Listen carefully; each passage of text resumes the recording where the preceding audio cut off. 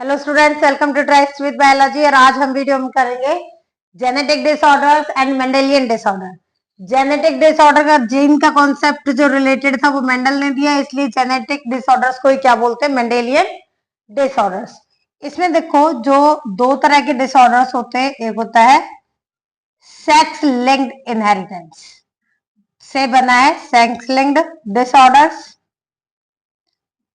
और दूसरा डिसऑर्डर होता है जो है वो ऑटोसोमल डिसऑर्डर। अब जैसा नाम ही बता रहा है, जो ऑटोसोमल क्रोमोसोम है, ऑटोसोमल क्रोमोसोम कौन से होते हैं, टोटल कितने हैं क्रोमोसोम, 23 पेयर्स, जिसमें से पहले 22 पेयर क्या है, ऑटोसोमल क्रोमोसोम है, और लास्ट पेयर XX और XY मेल में और XX फीमेल में, ये है सेक्स क्रोमोसोम। तो अगर इन दोनों के ऊपर डिजीज कैरी जेन है तो हम क्या बोलते हैं इनको, सेक्स लिंक डिसऑर्डर, और अगर इनके ऊपर है तो हम क्या बोलते हैं इसको, ऑटोसोमल डिसऑर्डर्स। अब हम जो बात करते हैं वो किसकी करेंगे, सबसे पहले स्टार्ट करते हैं सेक्स लिंक से। सेक्स लिंक में दो एग्जांपल हैं, एक है हीमोफीलिया, एक है, पहला है हीमोफीलिया।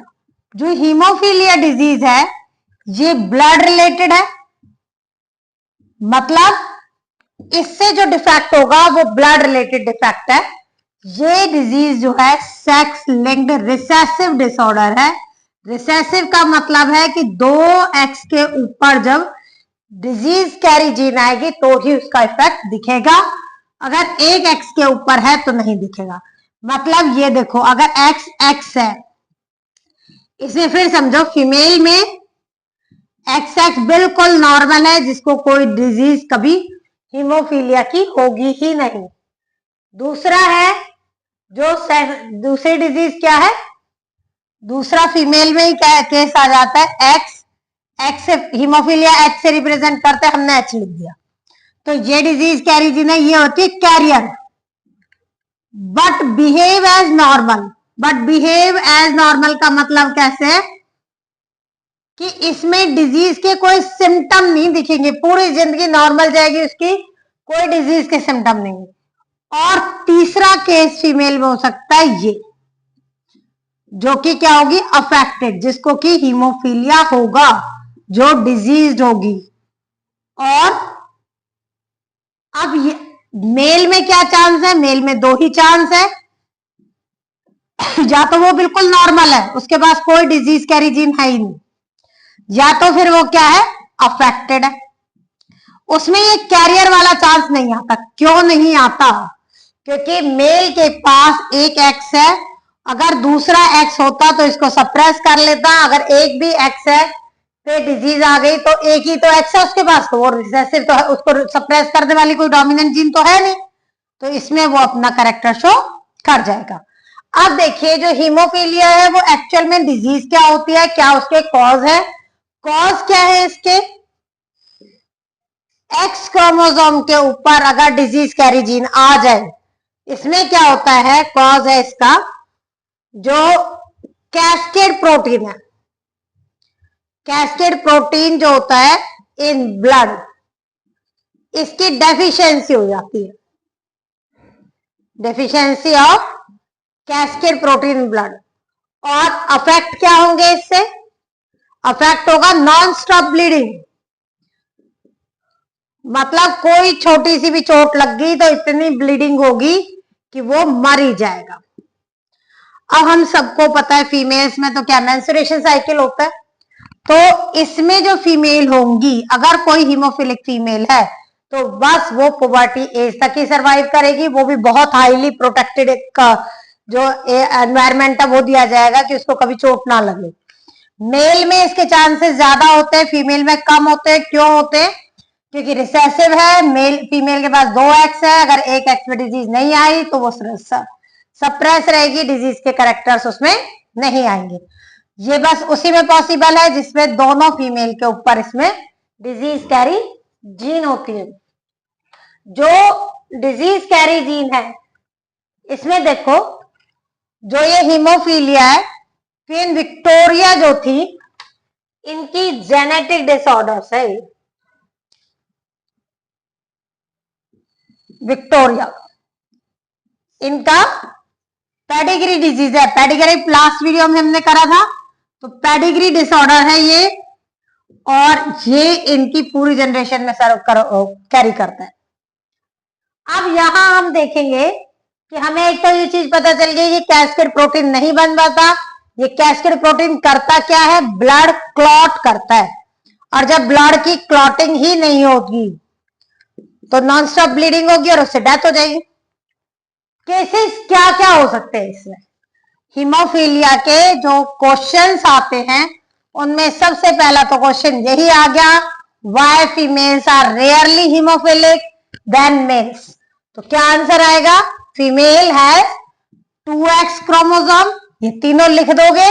उसके बाद लिखोगे फीमेल हैज 2x क्रोमोसोम, और इसमें भी क्या है? 1, ये सेक्स लिंक्ड रिसेसिव डिजीज है, अगर एक के ऊपर है तो वो कैरियर होगी, डिजीज नहीं होगी। मेल में चांसेस क्यों ज्यादा है? क्योंकि मेल के पास अकेला एक्स है। दूसरा क्वेश्चन आता है, व्हाई फादर नेवर ट्रांसमिट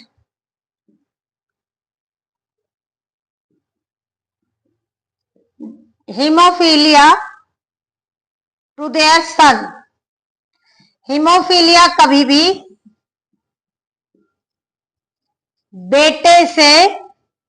बेटे को फादर से नहीं मिलता, अपने मदर से आएगा। क्यों?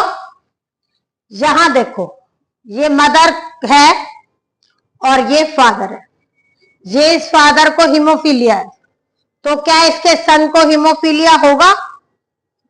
तो ये आंसर देखते हैं, इसका इससे साथ क्रॉस हुआ तो ये फीमेल आई, वो भी कैसी? कैरियर। और ये मेल आया, वो भी कैसा? नॉर्मल।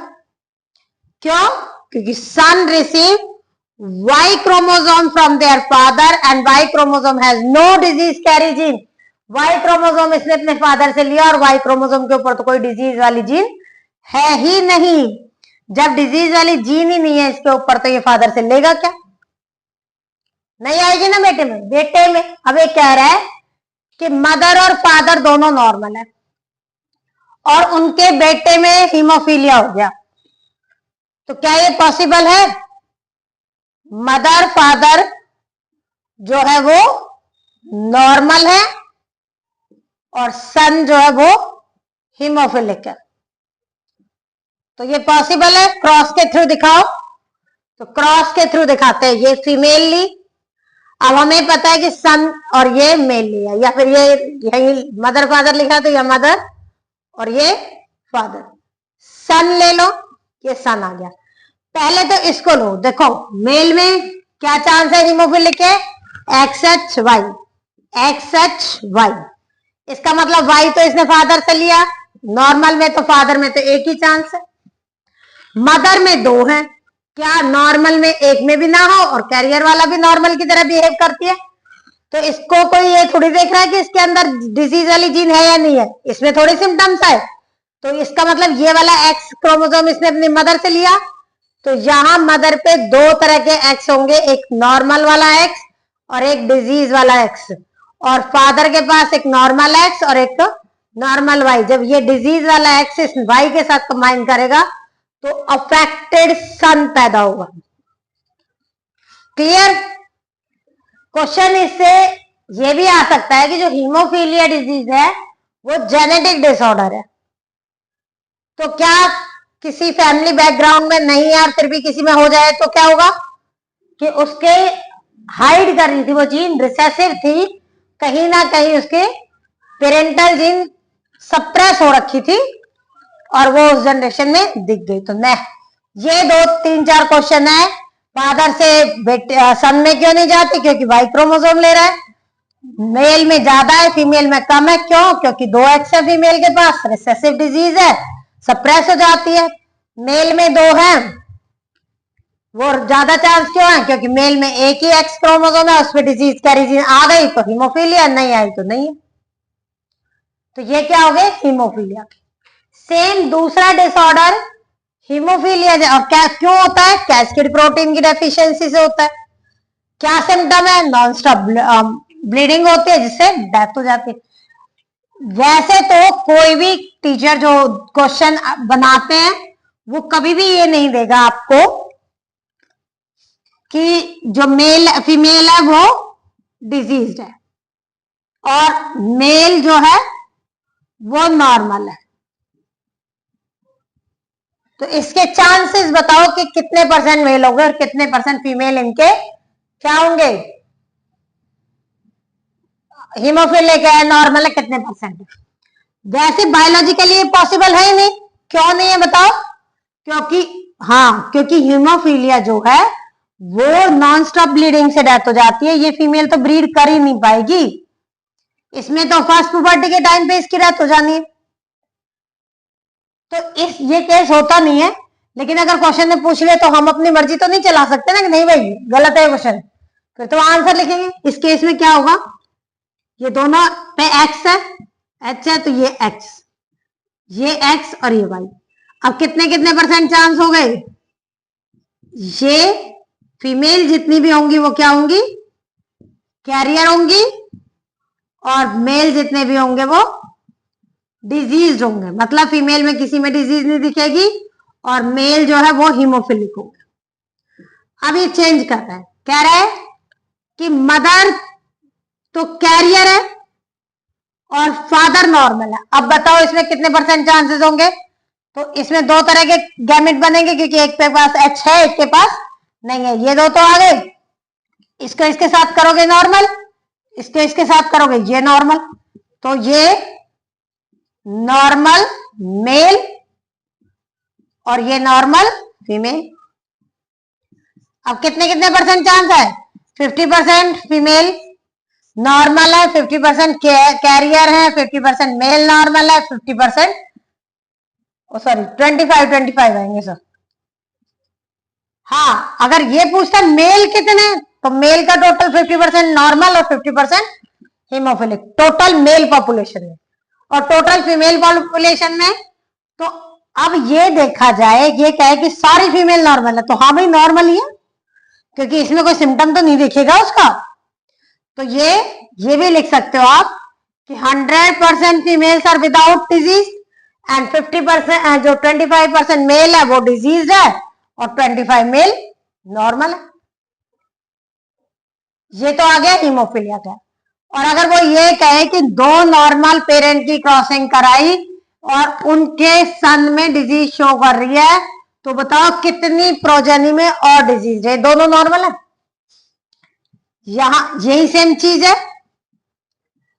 वो क्वेश्चन को ध्यान से पढ़ना, वो आपको कंफ्यूज करेगा। वो टोटल पॉपुलेशन भी पूछ सकता है और वो ये भी पूछ सकता है कि सन की पॉपुलेशन कितनी।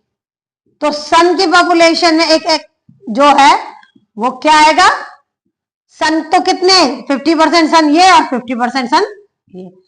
तो अगर ये पूछता कि टोटल मेल पॉपुलेशन का तो सिर्फ मेल पॉपुलेशन ये है ना, तो 100% लेंगे, इनको 50-50 डिवाइड कर दो।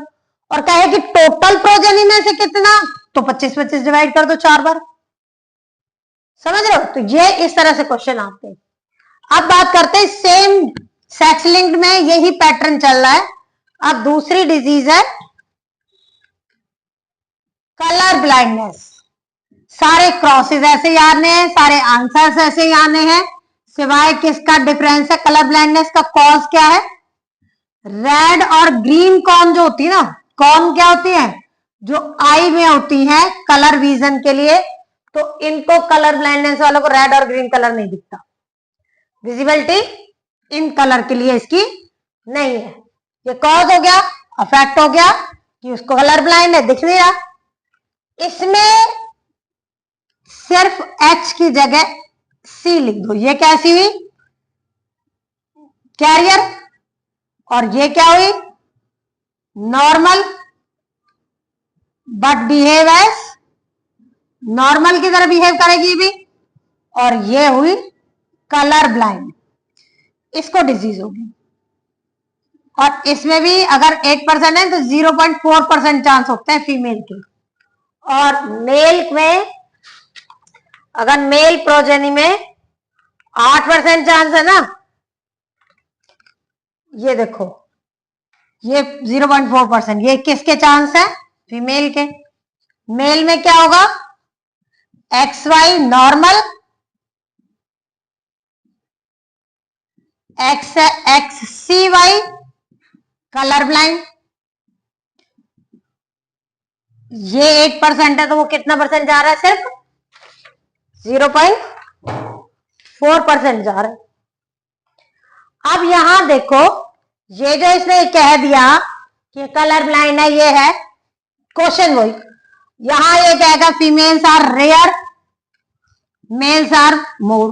वाई? फिर वही आंसर, फीमेल के पास 2 एक्स है, एक पे डिजीज, ये सेक्स लिंक्ड रिसेसिव डिजीज है, इसलिए क्या होगा? फीमेल में कम चांस है, मेल में ज्यादा चांस है। रेड और ग्रीन कौन जो है वो अफेक्ट होती है आंख की, इसलिए इनमें रेड और ग्रीन कलर विजिबल नहीं होता। ये 1 मार्क्स में क्वेश्चन पूछ लिया जाता है, रेड और ग्रीन कलर क्यों नहीं है विजिबल? क्योंकि कॉन्स जो है कलर के लिए होती है, डिफरेंट कलर के, रेड और ग्रीन वाली कॉन वाली इसकी डिफेक्टेड होती है। सेम वही क्वेश्चन है, मदर और फादर दोनों कैरियर वो नॉर्मल है और उनके बेटे में डिजीज है, तो ये आ गया बेटे में डिजीज, ये आ गई। Father receive their disease carry sex link disease, sorry, gene from son receive disease carry gene from their father. Is it true? Not. क्यों? क्योंकि वो वाई क्रोमोसोम रिसीव करता है जो है फादर से, तो फादर से कभी भी बेटे में कौन सी डिजीज? सेक्स लिंक डिजीज नहीं आएगी। कौन सी डिजीज आएंगी? ऑटोसोमल। तो ये क्वेश्चन दोनों के एक जैसे हैं, दोनों के क्रॉसेस एक जैसे हैं, सिर्फ कॉज और अफेक्ट अलग अलग है। बाकी दोनों में एक्स क्रोमोसोम से है, तो रेयर और ज्यादा पूछा जाएगा तब भी यही बताना है। दोनों नॉर्मल है, सन में डिजीज है तो भी यही बताना है, तो ये इसकी डिजीज होगी। अब आते हैं हम ऑटोसोमल डिसऑर्डर्स पे। ऑटोसोमल डिसऑर्डर्स जो है वो भी क्या होंगे? रिसेसिव भी होंगे और सेक्स ये डोमिनेंट भी होंगे। अब यहां देखो, रिसेसिव डिजीज और डोमिनेंट। रिसेसिव का मतलब है कि अगर वो छोटे उस पे आ रही है, एक क्रोमोसोम पे है एक पे नहीं, पेयर में होते हैं ना क्रोमोसोम, 2 एलील्स होती है। अगर एक पे है, एक क्रोमोसोम पे डिजीज है जीन वाली और एक पे नहीं है, तो वो सप्रेस हो जाती है पेयर में और उसके सिम्टम शो नहीं होंगे। इनके लिए क्या है, ये डोमिनेंट में अगर एक पे भी आ गई तो अपना करेक्टर दिखा देगी, तो वो बंदा डिजीज होगा। अब देखो, इसमें सबसे पहले हम जो पढ़ते हैं वो रिसेसिव पढ़ेंगे। रिसेसिव में आपके सिलेबस में है सिक्कल सेल अनीमिया। सिक्कल बोलते हैं दराती को, सिक्कल सेल अनीमिया पहली ऑटोसोमल रिसेसिव डिसऑर्डर पढ़ रहे हैं हमने। ये जो है 11th क्रोमोसोम, जो 11वें नंबर का क्रोमोसोम है, उसकी 6th पोजीशन पे नॉर्मली, अब इसके ये 2 चीज याद रखो, 11वें क्रोमोसोम की 6ठी पोजीशन की बात हो रही। ये जो है आरबीसी, इसकी शेप है ऐसी, बाइकॉनकेव शेप है, 1 2 3 4 5 6, हम गिनती लिख देते हैं बस। यहां 6ठे नंबर की बात हो रही है तो 6ठे को छोड़ दो। 2 केस पढ़ेंगे, तो इसमें जो है 6ठे नंबर पे आ जाता GAG और ये बनता ग्लूटामिक एसिड। नॉर्मल में जो होता है कौन सी पोजीशन? 6ठी पोजीशन। क्रोमोसोम नंबर कौन सा? 11वां। क्या? GAG। उसके क्या किसके लिए कोड कर रहा है? ग्लूटामिक एसिड के लिए। ये तो है नॉर्मल केस जो हम सब में है, जो कि हीमोफिलिक नहीं है। अगर हीमोफिलिक हो गए तो क्या होगा? ये जो आरबीसीज है, इनकी बात हो रही है, आरबीसीज अगर ऐसी शेप ले जाए, ले गए, तो इसमें 1 2 3 4 5 और ये छठे नंबर पर का क्या आ रहा था, GAG। इसमें पॉइंट म्यूटेशन हुई, G और G दोनों एक जैसे हैं, बस एक ही जगह क्या आ गया, U प्लेस हो गया, GAG की जगह आ गया GUG। और GAG जो कि ग्लूटामिक एसिड बना रहा था वो उसने बना दिया वेलिन। 6 पोजीशन पे डिफरेंस आया जिससे कि आरबीसी की शेप ही चेंज हो गई। जो बाइकॉन्केव स्फेरिकल शेप थे वो सिक्कल सेल हो गए, और सिक्कल शेप होते ही ब्लड की डेफिशिएंसी हो जाती है, क्योंकि यहाँ हीमोग्लोबिन के लिए स्पेस कम बचा। आरबीसी क्या है, भरे होते हैं हीमोग्लोबिन से, इसमें हीमोग्लोबिन नहीं है, हीमोग्लोबिन नहीं है तो इसमें ब्लड डेफिशिएंसी हो गई। कौन से क्रोमोसोम की बात हो रही है, 11वें क्रोमोसोम। कौन सी पोजीशन, छठी पोजीशन। GAG की जगह क्या आया, GUG। इस प्रोसेस को बोला पॉइंट म्यूटेशन। कौन से क्रोमोसोम पे है, 11वें पे, इसलिए क्या है ये, ऑटोसोमल। एक पे आ गई तो डिजीज हाइड हो जाएगी, दोनों क्रोमोसोम पे आएगी तो डिजीज के सिम्टम दिखेंगे। अब यहाँ पहले 22 पेयर, चाहे मेल बॉडी हो चाहे फीमेल बॉडी हो, दोनों में एक जैसे होते हैं। तो यहाँ जो नॉर्मल पर्सन होगा, चाहे वो मेल हो चाहे फीमेल हो, उसमें HB लिख लेते हैं हम, क्योंकि हीमोग्लोबिन अफेक्टेड है ना इससे। ये होगा carrier but behave as normal, normal की तरह बिहेव करेगा, कोई बॉडी में करेक्टर नहीं होंगे, वो होगा HBS लगा दो यहां। और ये 3 केसेस होंगे, और जो अफेक्टेड होगा या एनेमिक होगा, एनेमिक और अफेक्टेड, जो बीमारी वाला है उसको क्या होगा, HBS। ये हमें पता ही है, जब 2 रिसेसिव जीन एलील एक साथ होती है तभी करेक्टर शो होगा। एक क्रोमोसोम पे अगर डिजीज कैरी जीन है तो फैक्टर नहीं दिखाएगी, दोनों पे होनी चाहिए तब ये अफेक्टेड होती है। अब यहाँ सेक्स डिटर्मिनेशन का नहीं है, तो किसके पास डिजीज किसकी वजह से आई ये नहीं कह सकते, क्योंकि मदर और फादर दोनों में, मेल और फीमेल में, दोनों में बराबर चांसेस होते हैं। अब देखो यहाँ एक बार और रिवाइज कर लो, सिक्कल सेल एनीमिया 11वीं पोजीशन पे छठे नंबर के GAG की जगह GUG आया, ग्लूटामिक एसिड की जगह वेलिन बन गया, जो कि पॉइंट म्यूटेशन है, जिसकी वजह से आरबीसी जो बाइकॉन्केव थे सिक्कल शेप हो गए, ब्लड की डेफिशिएंसी बनी रहेगी। लेकिन इसका एक फायदा है कि इसको कभी भी मलेरिया नहीं होगा। किसको, सिक्कल सेल एनीमिक को मलेरिया नहीं होता। क्यों नहीं होता, क्योंकि प्लाज्मोडियम अपना लाइफ साइकिल यहाँ बना ही नहीं पाता, अपना पूरा लाइफ साइकिल नहीं कर पाता है, इसलिए मलेरिया से बचे रहते हैं ये लोग, चाहे इन्हें कितना ही मॉस्किटो बाइट कर जाए, लेकिन ये बच जाएंगे। अब यहाँ करते हैं कुछ क्रॉस। क्रॉस कैसे, सिक्कल सेल एनीमिया के क्रॉस में कह रहा है कि मदर और फादर दोनों नॉर्मल है। अगर मैं ये कंडीशन लेती हूं तो इनके तो किसी भी बच्चे में डिजीज नहीं होगी। उसने कहा कि मदर और फादर दोनों नॉर्मल है, लेकिन बेटा और बेटी है, 4 बच्चे हुए इनके, 2 बेटी और 2 बेटे हुए, जिनमें से ये कह रहा है कि एक बेटे में डिजीज है और एक बेटी में डिजीज है। अब कर लो जी, अगर इसको करते तो किसी में भी नहीं आनी चाहिए। एक को कैरियर लिया तो डिजीज तो कब आएगा, ये वाला केस। अगर ये कह रहा है कि ये लिख देते हैं 1 डॉटर अफेक्टेड है और 1 सन अफेक्टेड है, और एक सन नॉर्मल है, ये कंडीशन दी, और एक डॉटर नॉर्मल है, ये कंडीशन वो दे रहा है।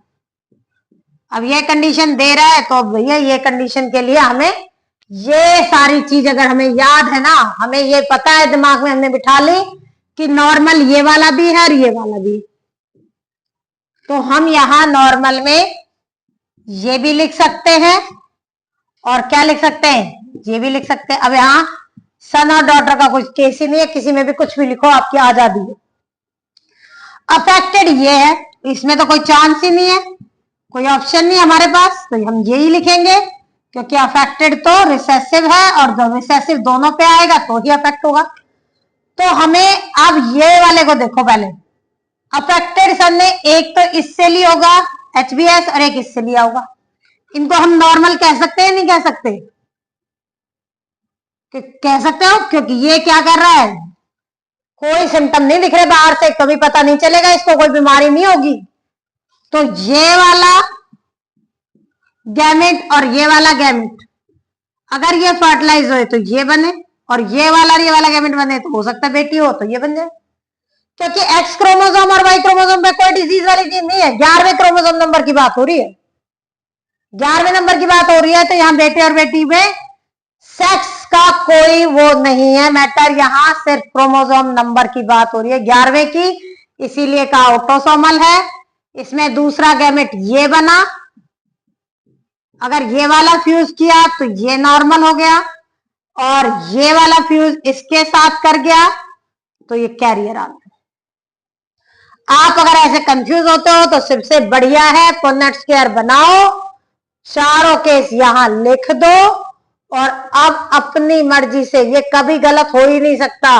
इसमें हो सकता है आप एक आधा क्रॉस लगाना भूल जाए, लेकिन ये वाली चीज जो है वो बिल्कुल आपको सही पहुंचाएगी, और इसमें आप गलती करोगे ही नहीं, क्योंकि यहां आपके पास चार गैमेट है, चारों दो यहां रख दिए, दो यहां रख दिए। अब ये वाले क्या केस है, अफेक्टेड, चाहे वो मेल लिख दो और फीमेल, दोनों में यही होगा। ये क्या है, कैरियर, मेल और फीमेल दोनों कैसे हो सकता है, ये भी कैरियर है और ये है नॉर्मल। यहां सेक्स का फिर बता रही हूं, लड़के और लड़की इसका मैटर नहीं करता है, ये तीनों जी, जो 11वां नंबर है वो ऑटोसोम का है, जो मेल और फीमेल में सब में एक जैसा ही है, एक ही तर्ज पे चलते हैं। सेक्स लिंक पढ़ा तो वो एक जैसा था, अब ऑटोसोमल पढ़ रहे तो ये इसी पे चलेगा। सिकल सेल एनीमिया सबसे ज्यादा पूछा जाता है ऑटोसोमल में, तो ये आ गया। अब रिसेसिव का दूसरा एग्जाम्पल हम पढ़ते हैं, और दूसरे एग्जाम्पल में हम पढ़ रहे हैं थैलेसेमिया। ऑटोसोमल रिसेसिव ही चल रहे हैं अभी। दूसरा एग्जाम्पल है थैलेसेमिया। देखो, हीमोफीलिया पढ़ा, वो ब्लड वाली डिजीज थी। सिकल सेल एनीमिया पढ़ा, वो ब्लड वाली डिजीज है। और अब क्या पढ़ रहे हैं, थैलेसेमिया पढ़ रहे हैं, ये भी क्या है, ब्लड वाली डिजीज है। कैसे, 11वें और 16वें क्रोमोसोम पे किसी पे भी, इनकी वजह से ना अल्फा और बीटा हीमोग्लोबिन बनता है। हीमोग्लोबिन जाइंट मॉलिक्यूल है, प्रोटीन भी जाइंट को उसमें आएगा, क्वाटनरी प्रोटीन जो पड़े होंगे उनमें आता है हीमोग्लोबिन। तो हीमोग्लोबिन जाइंट मॉलिक्यूल है, 2 अल्फा चेन होती है, 2 बीटा चेन होती है इसमें। 11वां क्रोमोसोम और 16वां क्रोमोसोम दोनों हीमोग्लोबिन बनाने में काम कर रहे होते हैं। जब ये इनमें से या तो इस पे डिफेक्ट आ जाए या तो इस पे आ जाए, किसी पे भी आ जाए, तो हीमोफिल तो क्या होगा, थैलेसीमिया होगा। थैलेसीमिया में ब्लड डेफिशिएंसी लगातार बनी रहेगी, ब्लड फॉर्मेशन ही नहीं हो पाती, खून ही नहीं बन पा रहा है। इसमें एक वीडियो आया था काफी साल पहले कि एक आदमी ना, वो शायद किसी और कंट्री का था, वो कब्र खोदे हुए है और उसमें अपनी बेटी के साथ रोज लेटता है। तो उससे मीडिया वालों ने पूछे भाई आप इसमें अपनी बेटी के साथ क्यों लेटते हो, तो कह रहा है कि मेरी बेटी को थैलेसीमिया है, मेरे पास इतना पैसा नहीं है कि इसका बार बार ब्लड ट्रांसफ्यूजन करना पड़ता है। ब्लड ट्रांसफ्यूजन मतलब ब्लड हमेशा उसको, जब तक मतलब उसकी वो जिएगी ना, जब तक उसको ब्लड चढ़ेगा, उसे ब्लड की जरूरत पड़ती रहेगी, उसको ब्लड लेना ही पड़ेगा, तो ट्रांसफ्यूजन कराना ही पड़ेगा ब्लड का, तो उसमें डेफिशिएंसी बनी रहेगी। अब वो कोई भाई बिना पैसे के तो कोई काम नहीं होता, तो वो कह रहा है, वो बेचारा गरीब आदमी, वो कह रहा है कि मेरे पास तो पैसे हैं नहीं इतने। तो उस वीडियो से के जरिए वो एक्चुअल में डिमांड कर रहा था कि लोग उसकी हेल्प के लिए आए, और उसकी हेल्प हुई भी काफी हद तक। पर वही बात है बेटा, एक बार किसी ने दिखा दिया क्लिप में, वो आ गया, उसके बाद तो कोई क्या कर रहा है क्या नहीं कर रहा पता ही नहीं चलता। एक ऐड भी आती थी जहां एक छोटी सी लड़की आके एक आदमी को कहती है, थैंक यू अंकल आपने ब्लड डोनेट किया, तो कहते मैंने तो नहीं किया, कि कोई बात नहीं मैं तो थैंक यू कर ही दूं, क्योंकि ब्लड बैंक में तो बहुत सारे लोग ब्लड डोनेट करते हैं, तो पता नहीं किसने किया होगा, लेकिन मेरी लाइफ चल रही है उससे। तो बेटा थैलेसेमिक डे जो है 8 मई को मनाया जाता है, वैसे 8 मई को मनाते हैं इसको। और ये जो थैलेसीमिया है ये जेनेटिक डिसऑर्डर है, रिसेसिव है, 11वें और 16वें क्रोमोसोम के किसी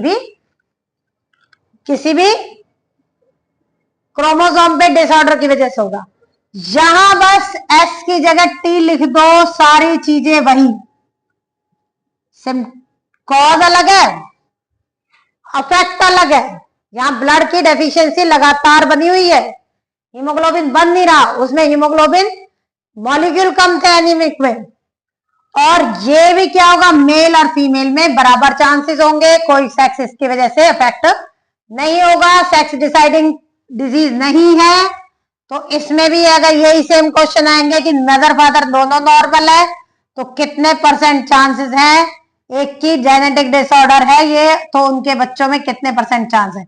तो ये हो गया जी मदर और फादर नॉर्मल, लेकिन जेनेटिक डिसऑर्डर है दोनों का, इसलिए या ये कहे कि मदर कैरियर है और फादर नॉर्मल है, तो कर दोगे, ये मदर कैरियर ले ली, फादर नॉर्मल ले लिया, और यहां पर इसके फादर के तो दोनों गैमेट नॉर्मल आए, मदर के क्या है, एक गैमेट के ऊपर डिजीज दिखा दी, एक के ऊपर नहीं दिखाई, तो अब इसमें कितने % चांस है, कितने % चांस है, सिर्फ 20। इसमें तो कोई भी बच्चा इसका डिजीज नहीं होगा अगर मदर कैरियर है। अगर ये कहे कि मदर थैलेसीमिक है और फादर नॉर्मल है तो कितने % चांस होंगे, अब यहां इस पे भी लगा दो तो होगा, तो भी नहीं है, एक बच्चा भी डिजीज नहीं आएगा इनका। अगर एक पार्टनर बिल्कुल नॉर्मल है और एक पार्टनर में डिजीज कैरी है या डिजीज कैरियर है या डिजीज है, तो उनके किसी भी बच्चे में कोई डिजीज नहीं आएगी। हाँ, अगर दोनों कैरियर है तो पॉसिबिलिटी है, दोनों कैरियर है तो ये आगे डिजीज, दोनों कैरियर है तो ये आ गया ना।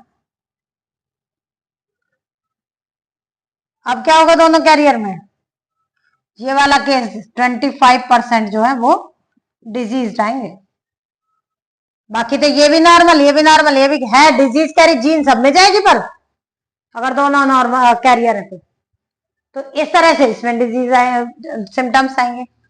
अब आता है फिनाइल क्यूटिनेरिया। जो फिनाइल क्यूटिनेरिया है ये भी क्या है, ऑटोसोमल रिसेसिव डिसऑर्डर है। सॉरी,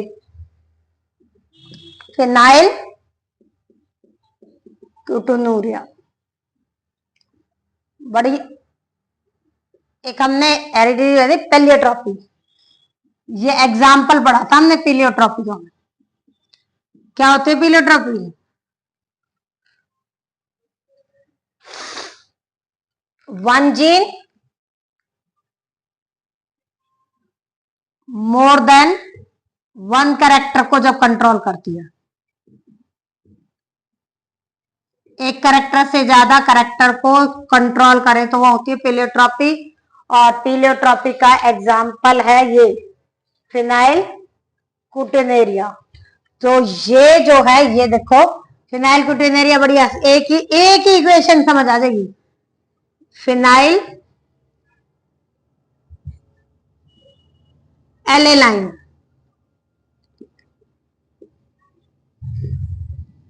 ये चेंज होना था टायरोसिन में, किसमें चेंज होना था, टायरोसिन में, किसके हाइड्रोलेज एंजाइम होता है उसकी वजह से, ये एंजाइम है, और एंजाइम किससे बनता है, जीन से, और ये जीन बनी नहीं, जब ये जीन नहीं होगी तो ये एंजाइम भी नहीं बनेगा, ये नहीं बनेगा तो ये भी नहीं होगा, तो ये क्या करेगा, एक्यूमुलेट होना शुरू हो जाएगा, जमना शुरू हो जाएगा, और अपने ही डेरिवेटिव फिनाइल पायरुवेट में चेंज होने लग गया। ये डेरिवेटिव है इसका फिनाइल एलेनाइन का, जब ये इसमें चेंज हुआ तो इसकी वजह से इसमें जो है मेंटल रिटार्डेशन होगी, कॉज मेंटल रिटार्डेशन, ठीक है। और दूसरा होगा किडनी फेलियर या लो एक्सक्रीशन, जो एक्सक्रीशन है यूरिन एक्सक्रीशन, उसको अफेक्ट करेगा। तो पुअर एब्जॉर्प्शन बाय किडनी, एक ही जीन के ना होने से किडनी भी अफेक्ट है और मेंटल लेवल भी अफेक्ट है, तो एक से ज्यादा करेक्टर कैरी कर रही थी एक जीन। क्या हुआ, फिनाइल एलेनाइन किस में चेंज होना था, टायरोसिन में। हाइड्रोलेज एंजाइम था, ये बनाने वाली जीन नहीं बनी बॉडी में, ये नहीं बनी तो टायरोसिन नहीं बना, ये अपने ही डेरिवेटिव फिनाइल पायरुवेट में चेंज हो गया, जिसकी वजह से एक्यूमुलेट हो गया, जिसकी वजह से मेंटल रिटार्डेशन हुई और किडनी एब्जॉर्प्शन पे अफेक्ट पड़ा। ये 3 थी ऑटोसोमल डिसऑर्डर्स, जो ऑटोसोमल डिसऑर्डर्स हैं, और 2 बड़े हमने सेक्स लिंक्ड रिसेसिव डिजीज, और एक है मायोटोनिक डिस्ट्रॉफी। जो मायोटोनिक डिस्ट्रॉफी है वो है किसका एग्जांपल, डोमिनेंट का। मायोटोनिक डिस्ट्रॉफी, ये जो डिजीज है ना मायोटोनिक डिस्ट्रॉफी, ये ऑटोसोमल डोमिनेंट डिजीज है। अब इसमें देखो, जो मायोटोनिक डिस्ट्रॉफी में क्या होता है, मस्कुलर मसल्स रह जाती है, वर्क नहीं करना छोड़ देती है, जेनेटिक है। इसमें देखो बेटा, डोमिनेंट डिजीज है ये, तो इसके हम जीनोटाइप कैसे लिखें, ऑटोसोमल है, पहले 22 क्रोमोसोम के अंदर ही आ गया, तो इसमें हम अब ये ब्लड से रिलेटेड नहीं है, मसल से रिलेटेड है। फिनाइलकेटोनुरिया भी ब्लड से रिलेटेड नहीं थी, वो मेंटल लेवल और किडनी के एब्जॉर्प्शन को अफेक्ट कर रही थी। तो यहां जीनोटाइप हम सिंपल अल्फाबेट ले लेते हैं, ये और ये दोनों क्या होंगे, अफेक्टेड। क्यों, क्योंकि डोमिनेंट अगर एक भी आ गया तो वो डिजीज शो करेगा। यहां एक डोमिनेंट आया तो दोनों ही डोमिनेंट। सिर्फ नॉर्मल क्या होंगे, जो रिसेसिव वाले होंगे, ये होंगे नॉर्मल। बड़ी खतरनाक बीमारी होती है मायोटोनिक डिस्ट्रॉफी, हाथ पैर बिल्कुल खत्म हो जाते हैं, चलना ही बंद कर देता है, मसल्स जो है वो बिल्कुल स्ट्रेंथ हो जाती है, खत्म हो जाती है। तो मायोटोनिक डिस्ट्रॉफी जो है वो जेनेटिक डिसऑर्डर है। ये सारे मेंडेलियन डिसऑर्डर है। मेंडेलियन डिसऑर्डर कौन कौन से पढ़ लिया हमने, हीमोफीलिया पढ़ लिया। हीमोफीलिया क्या था, कैस्केड प्रोटीन की कमी से हो रहा था। XXH आते ही क्या था, डिजीज आ रही थी। ये मेल है, ये फीमेल है, फीमेल में सिर्फ कैरियर होगी या फिर डिजीज होगी तो दोनों एक्स पे आएगी, और ये दोनों ही क्या है, नॉर्मल की तरह काम। सेम ऐसे ही दूसरी डिजीज क्या पढ़ी मेंडेलियन में, कलर ब्लाइंडनेस। और कलर ब्लाइंडनेस में ग्रीन और रेड जो कॉन्स थी आंखों की, वो अफेक्ट थी। इसमें नॉन स्टॉप ब्लीडिंग होती है और इसमें हमें ग्रीन और रेड कलर दिखाई नहीं देते। ये भी सेम है, फीमेल में ये और ये नॉर्मल है, और ये क्या है, डिजीज है। मेल में ये डिजीज है, और यहाँ 8% है तो यहाँ सिर्फ 4.4% जाएगा। क्यों, क्योंकि फीमेल में रेयर होती है, मेल में ज्यादा है, रिसेसिव है, एक ही एक्स पे आते ही करेक्टर शो हो जाएगा, मेल के पास दूसरा एक्स नहीं है। तीसरी डिजीज हमने पढ़ी sickle cell anaemia. Sickle cell anaemia में 11वें नंबर के क्रोमोसोम की 6ठी पोजीशन में जो है GAG की जगह क्या आ गया था, GUG। ये ग्लूटामिक एसिड बनना था और इसकी जगह बन गया था वेलिन, जिसकी वजह से आरबीसी इसकी जो शेप है वो सिकल सेल हो गई थी। लगातार ब्लड की डेफिशिएंसी होती है। 11वें नंबर के क्रोमोसोम की 6ठी पोजीशन की बात हो रही है। चौथे में आगे बढ़ा हमने थैलेसेमिया। थैलेसेमिया भी जो थैलेसेमिया है ये भी कैसी डिजीज है, ये 11वें और 16वें क्रोमोसोम के किसी डिफेक्ट की वजह से होती है, और ये भी सिकल सेल एनीमिया की तरह ऑटोसोमल रिसेसिव है। चौथे नंबर पे हमने पढ़ा फिनाइलकेटोनुरिया। फिनाइल क्यूटिनेरिया में हमने पढ़ा कि फिनाइल एलेनाइन टायरोसिन में चेंज होना था, लेकिन वो एंजाइम ना होने की वजह से अपने ही डेरिवेटिव फिनाइल पायरुवेट में चेंज हो गया और उसकी एक्युमुलेशन से जो है मेंटल रिटार्डेशन हुई और किडनी फेलियर हुआ। थैलेसीमिया में लगातार ब्लड की डेफिशिएंसी बनी रहेगी। अगर क्रॉस आते हैं तो sickle cell anaemia, thalassemia, phenylketonuria के एक जैसे से क्रॉस होने हैं। मेल फीमेल का कोई चक्कर नहीं है, दोनों में एक जैसे से जीनोटाइप लिखनी है हमने।